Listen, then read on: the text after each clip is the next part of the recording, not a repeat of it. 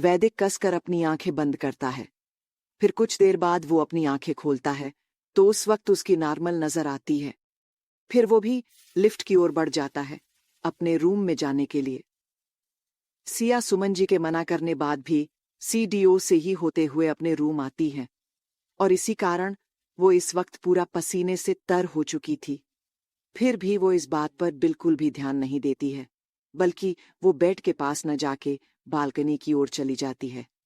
Siya balcony में बने अपने उस छोटे से एरिया की ओर देखती है जहां वो शुरू के 1 महीने रही थी, जो दिखने में किसी रूम से कम नहीं लगता था।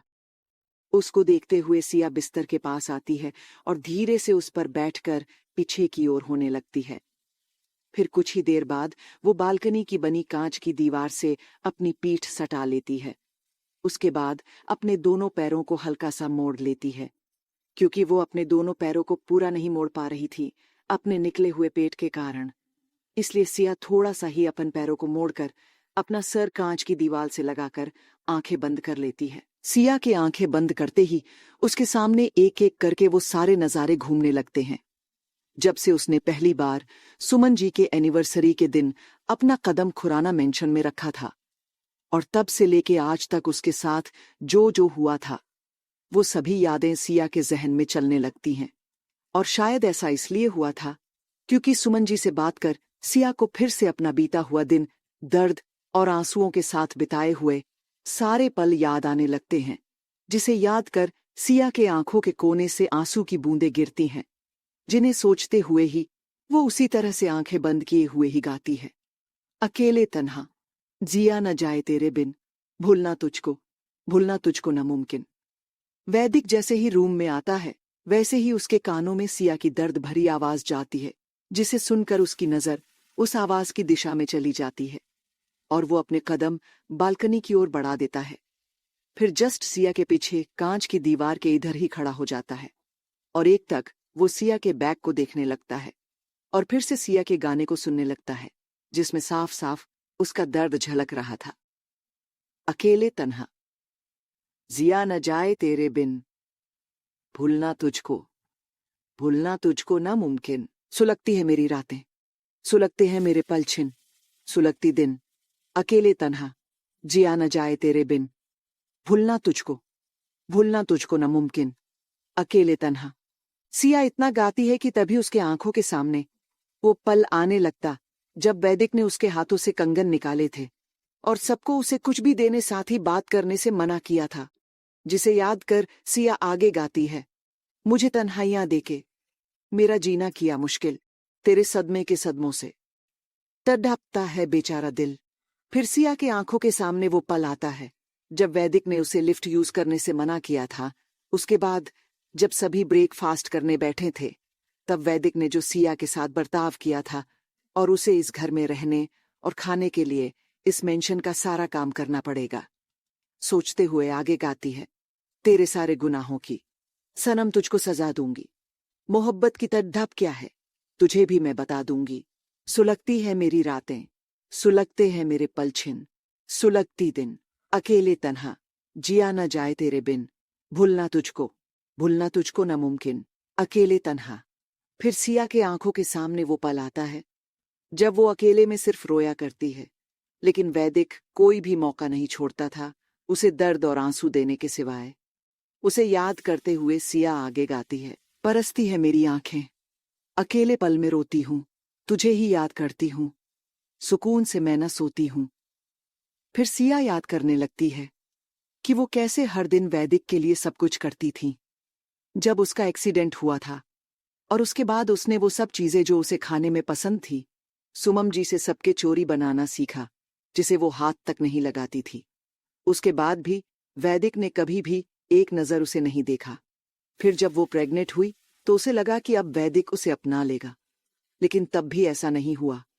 उसके बाद भी वैदिक उसके साथ वैसा ही बर्ताव करता रहा जैसे पहले किया करता था।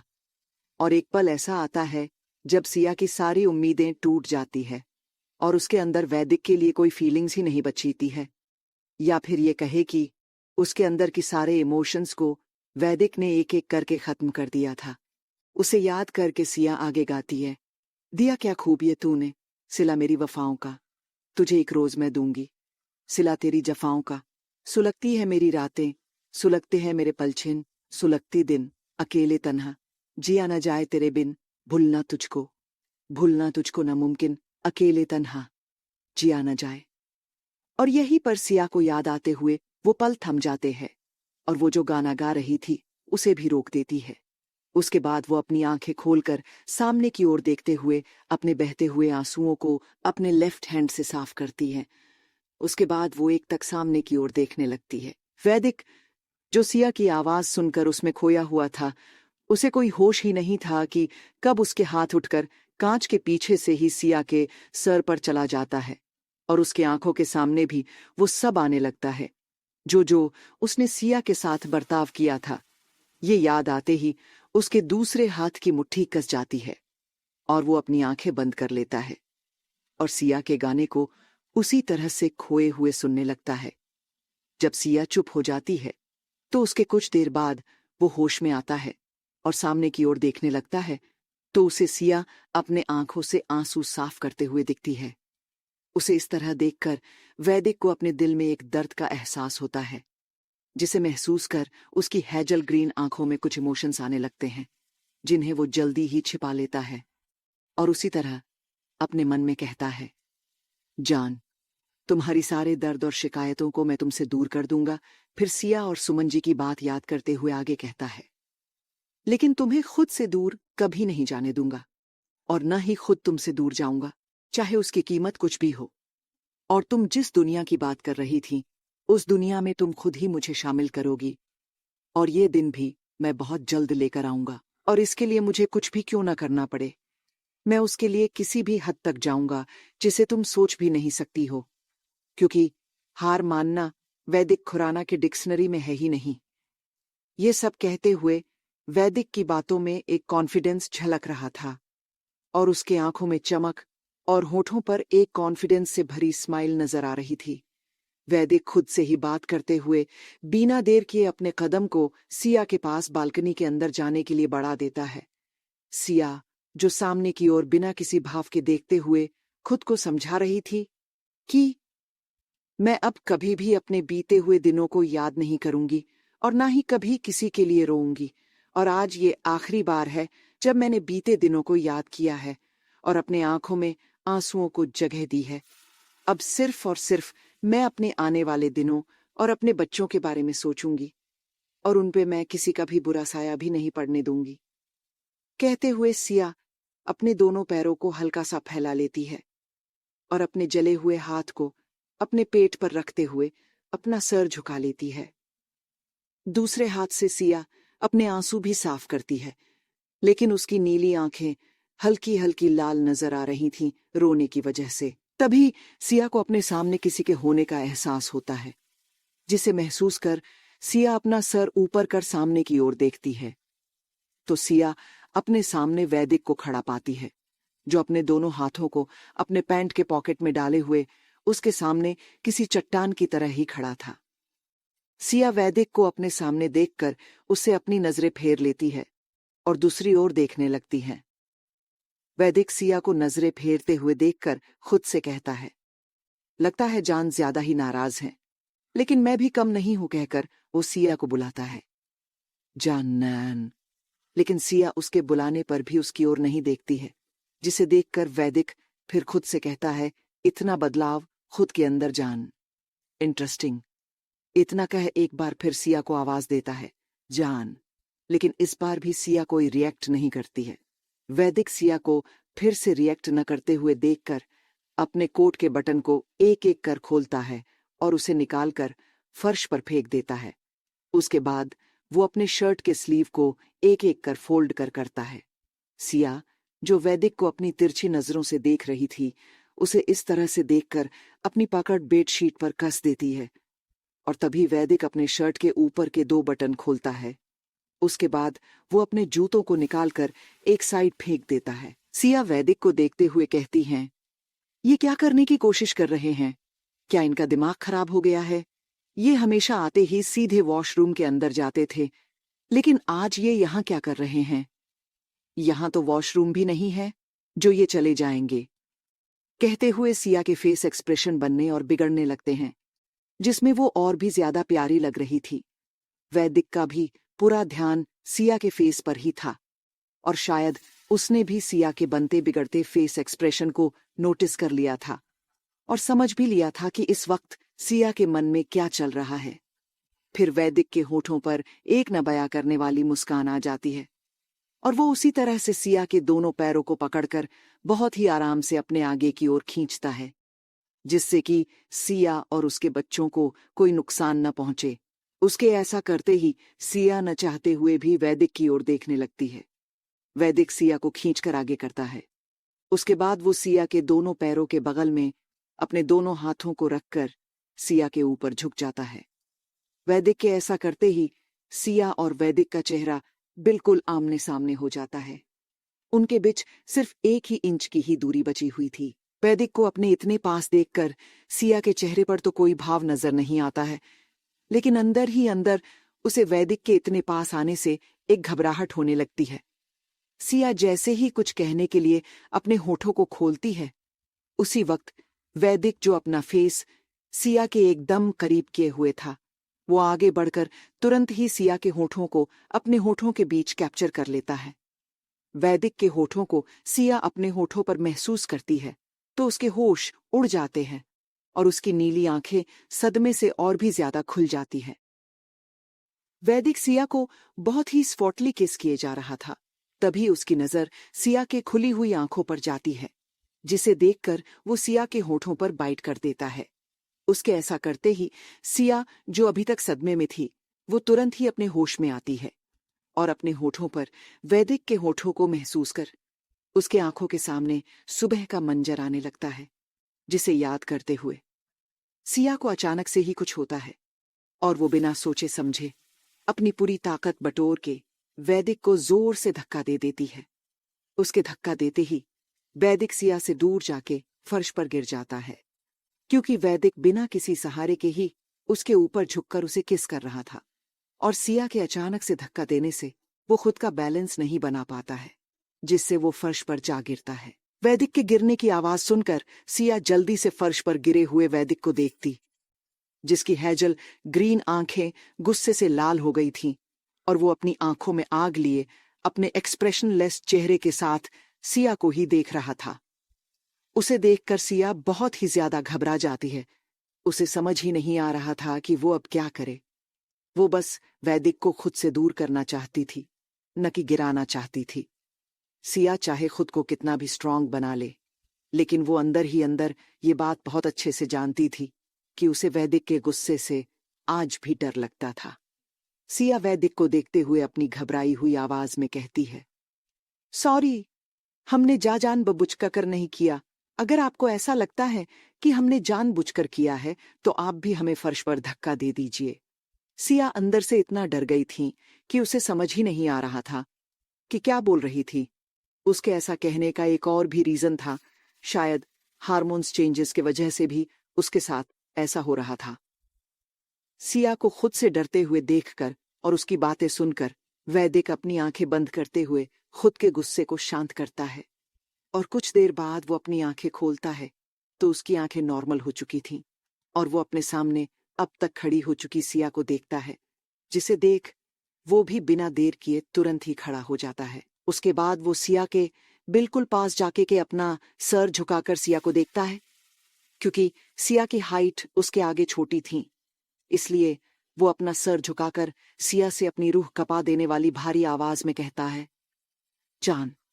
उसकी ऐसी आवाज सुनकर सिया की पकड़ उसके कपड़ों पर कस जाती है और वो अपने सर को झुकाए हुए ही फिर से बहुत ही धीमी आवाज में वैदिक से माफी मांगते हुए कहती है, सॉरी।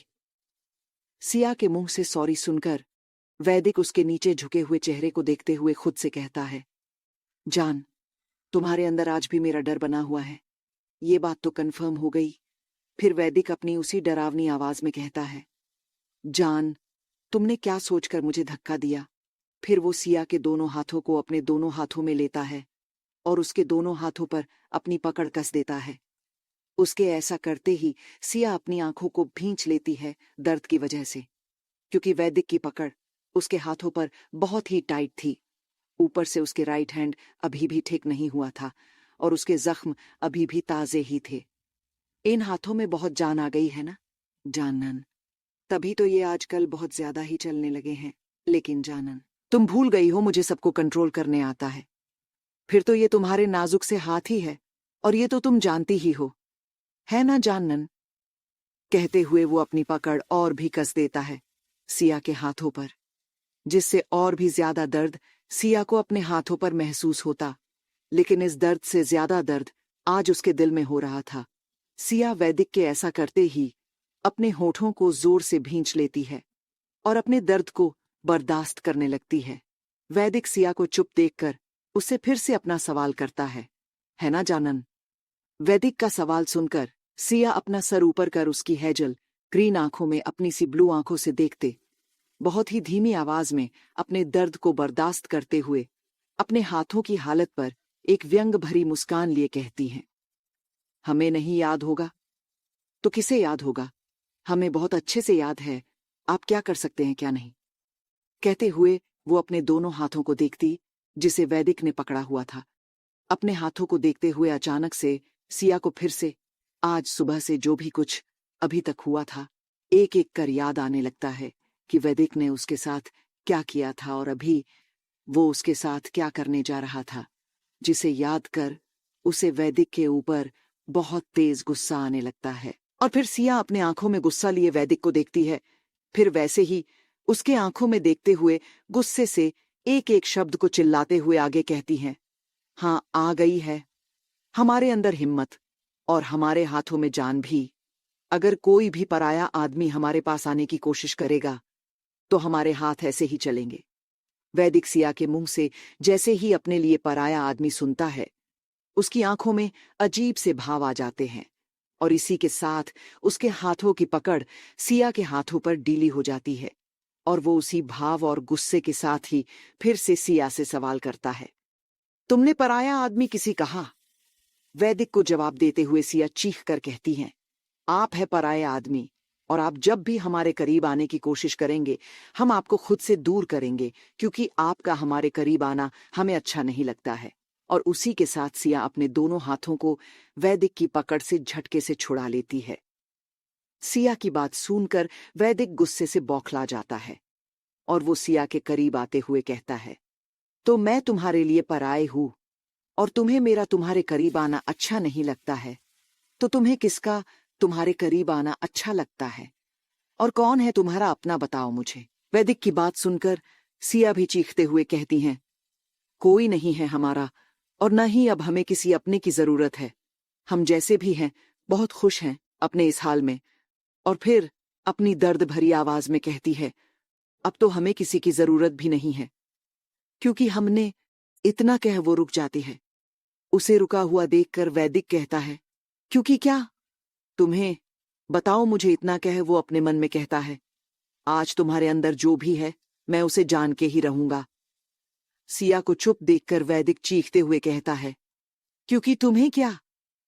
उसकी चीख सुनकर सिया भी उसी तरफ देखते हुए व्यंग से मुस्कुराते हुए एक एक शब्द पर जोर देते हुए कहती हैं, क्योंकि हमने खाली कमरे, दीवारों, खाली कोने, बेकार दिन, सूनापन, गहरी चुप्पी और बंद दरवाजे, यही देखा है मैंने जिंदगी भर। मैं बचपन से लेकर आज तक इन्हीं में रही हूं, हमेशा ही। और अब मुझे इनमें कोई बुराई भी नजर नहीं आती है। अब तो मुझे आदत ही हो गई मानो। कहते कहते सिया की आंखों में रुके हुए आंसू बहने लगते हैं, जिन्हें वो कब से रोके हुए थी, बाहर नहीं आना देनी चाहती थी।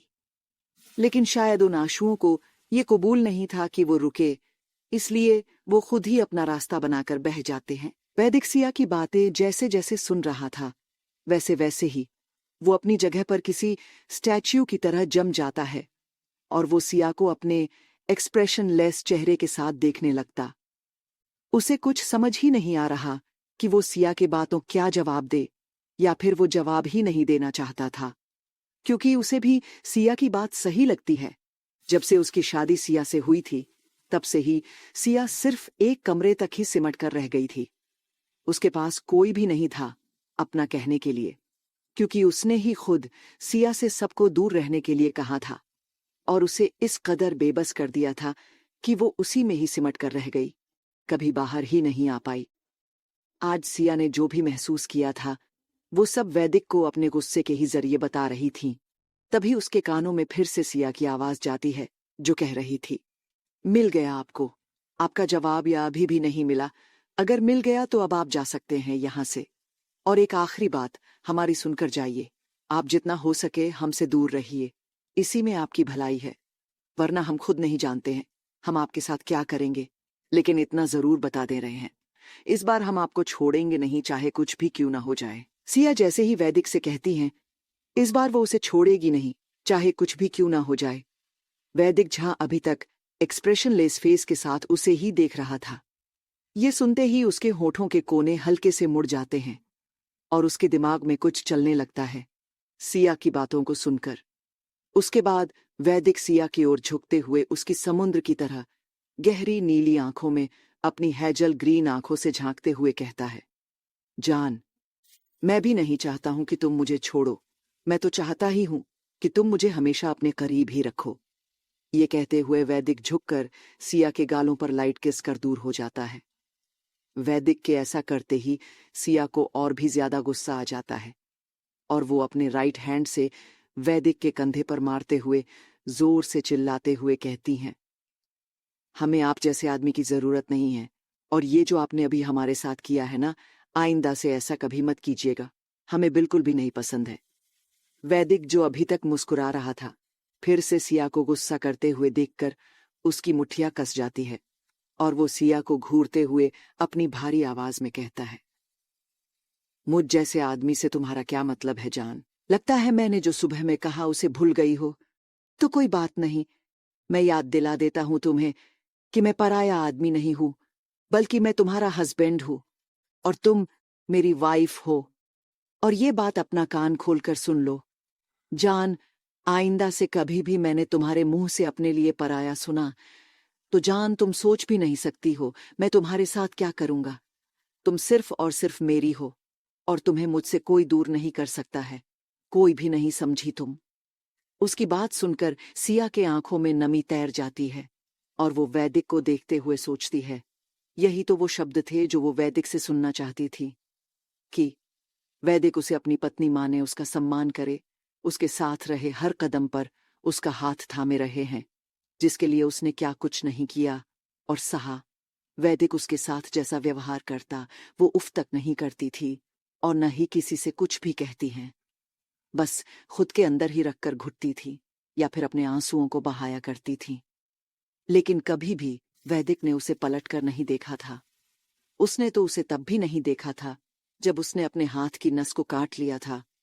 तब भी वैदिक ने उससे एक सवाल भी नहीं पूछा कि उसने ऐसा क्यों किया, और न ही कभी उससे ये पूछा कि वो प्रेग्नेंट है तो क्या वो ठीक है, उसे कोई प्रॉब्लम तो नहीं है। ऐसा तो सिया को लगता है, लेकिन असल में वैदिक सब कुछ करता था, बस वो सिया के सामने ऐसा नहीं करता था और न ही वो उसे कभी जताता था कि वो उसकी परवाह करता है या उसे पसंद करता है। अब वो ऐसा क्यों करता था ये तो वही जान सकता है।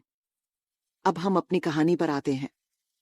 उसे जब भी उसकी जरूरत थी वो वहां पर खुद को अकेले ही पाती थी, और तो और उसने सिर्फ एक बार ही तो इतने महीनों में वैदिक से कुछ मांगा था, वो भी खुद के लिए नहीं बल्कि दवाइयों के लिए।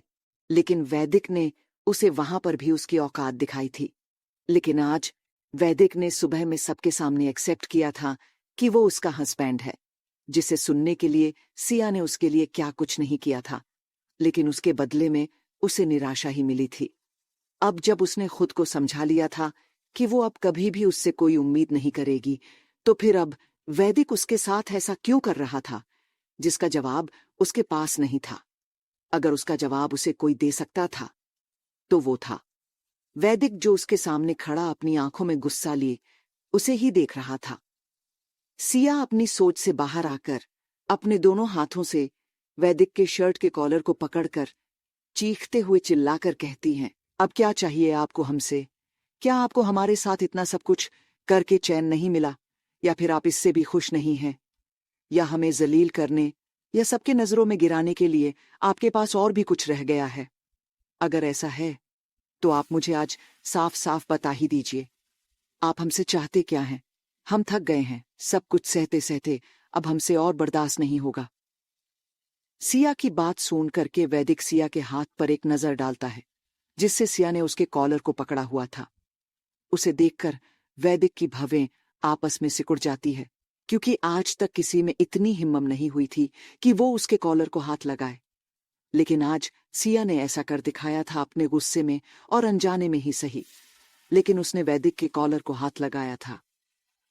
वैदिक सिया के हाथ को देखकर एक गहरी सांस लेता है, जैसे वो खुद को शांत कर रहा हो कि वो सिया को इसके लिए कोई सजा न दे। वैदिक खुद को शांत करते हुए खुद से कहता है, मुझे जान को इस तरह चिल्लाने और गुस्सा करने से रोकना होगा, क्योंकि कि इस हालत में उसका इस तरह से बर्ताव करना उसकी सेहत के लिए अच्छा नहीं होगा, और उसके लिए पहले मुझे खुद के गुस्से को काबू करना पड़ेगा। ये सब कहते हुए वैदिक खुद को शांत कर बहुत ही आराम से सिया के हाथों पर अपने हाथों को रखते हुए अपनी मदहोश करने वाली आवाज में कहता है, जान, मेरी बात सुनो। तुम जैसा सोच रही हो वैसा कुछ भी नहीं है।